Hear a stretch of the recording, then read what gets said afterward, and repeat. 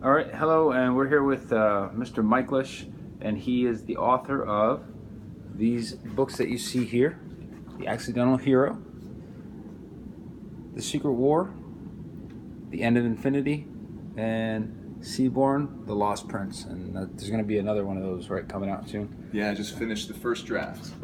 Okay, so last month we talked about preparation, and we wanted to just ask Mr. Myklusch, who is a published author and has these great books out, what he does to prepare. And so some of the kids can kind of get an idea of what it takes to take something, prepare it from scratch, and turn it into an actual tangible thing. So if you wouldn't mind, what do you do to prepare for even coming up with a story, just to get your ideas? That's a great question. I think the important thing to remember is that everyone's imagination is different.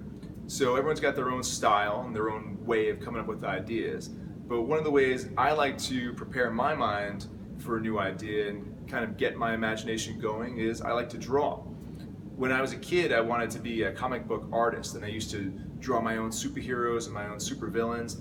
And a lot of those characters I made up when I was just a kid actually found their way into these books: the Accidental Hero, Secret War, End of Infinity.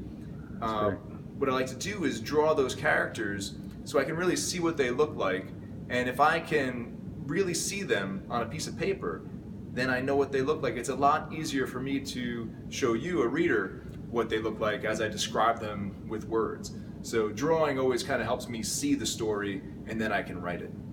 Okay, and what about when you are getting ready to write? Now then, so you have the ideas, you have the characters, you've drawn the pictures, you know what they look like.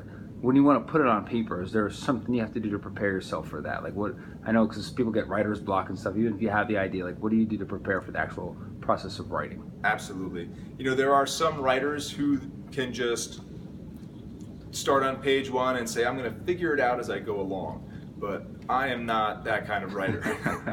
I really like to plan things out a lot. I like to make outlines. I think about, what's this story really about? What's the message of this story? Who are the characters in this story? What do they want? What are they afraid of? What's standing in their way, or who's standing in their way? Who's the bad guy, and what's he trying to do?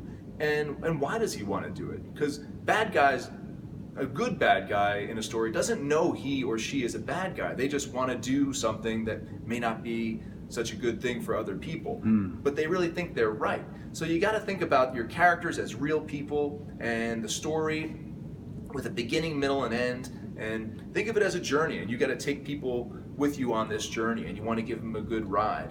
So in order to make sure that ride is not a confusing ride or just kind of going all over the place and wandering around, I like to plan it out, and I have a roadmap, and I sit down to write it thinking about all those things before I even start. Great. Okay, and the last question is, how do you prepare yourself to get ready to take that, you have the story, you have the characters, you imagine them, you put it on paper, and now you have to turn it into what we see here. What are the steps somebody takes to do something like that? You know, there's two big things where preparation plays a big part in getting your story ready to get out there as a book. One of them is you have to really prepare the work and make sure it's the best it can possibly be. Now, I would love to tell you that I wrote these stories and got them perfect the first time, but it does not happen. It never happens, actually. Each one of them I've probably written at least 2 or 3 times before I really got it right. So a good thing to do is, once you're finished, show it to some people that you trust, or people who you respect their opinion, maybe some friends, maybe some family, and say, what do you think of this story? Is there anything that is confusing or unclear, or just flat out doesn't make sense? And you take that advice and you try to fix it and make it as good as you possibly can. And that's when you put it out there to agents who may try to help you sell your work to publishers, or editors who work for publishers who can turn it into a book. But the other thing you have to do at this stage is also prepare your mind for the feedback you're going to get. Because it could be good news, it could be bad news. Yes, and sir, if it's good news and someone says, oh, this is great, we want to make it into a book, fantastic. That's easy to deal with. What's harder is when someone says, we like the idea, we think you're great, but, and there's that big but, we don't think it's quite ready yet. You have to be able to take that and not let it defeat you, and not make it stop you from going back and trying to make that story a little better, or turning the page and working on the next one. Because there's a saying I love that says you can't beat the guy who never gives up. And that's the way I try to approach my work, is I prepare the work as best I can, but I also have to prepare my mind to maybe get some bad news and not let it stop me. And as long as I do that, I know I'll keep writing books, and I'll get there with another one. All right, so now where can they get the books, and kind of what age group are these for? Can you give us an idea? These books, you can really get them anywhere they sell books, whether it's your town bookstore, Barnes & Noble, Amazon. If they don't have it on the shelf, just ask and they can always order it. Or you could go to Amazon.com, BarnesandNoble.com, any kind of online place you buy books, you can get them there. Okay. And these ones, actually, there's also an audiobook version. So if you like to listen to books, maybe in the car or with your family, there is a version where you can download and listen on your phone and have someone tell you the story for these books, which is kind of cool too. Now, could a parent read this to a 5-year-old? 6-year-old? It all depends on the attention span of the child. Okay. I've spoken to kids who are 6 and 7 and reading these books on their own.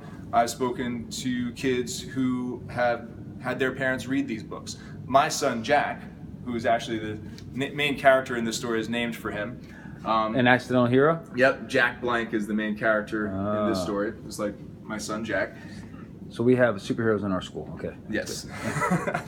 Well, we're reading this book right now. He turned 7 back in November, and recently he expressed an interest in reading this story. So we've been reading it together at night, and I'm reading it to him. And so far he thinks it's pretty cool. Hopefully he still does when we're done. Well, great. Thank you for your time. I'm gonna hopefully everybody will get out there and get these books and take a look at them, and hopefully this will help with kids understanding how they can start to create their own things and prepare ahead of time, and how much that plays a role in being successful. Absolutely. All right. Thank you very much, Mr. Myklusch. Take care. Thank you.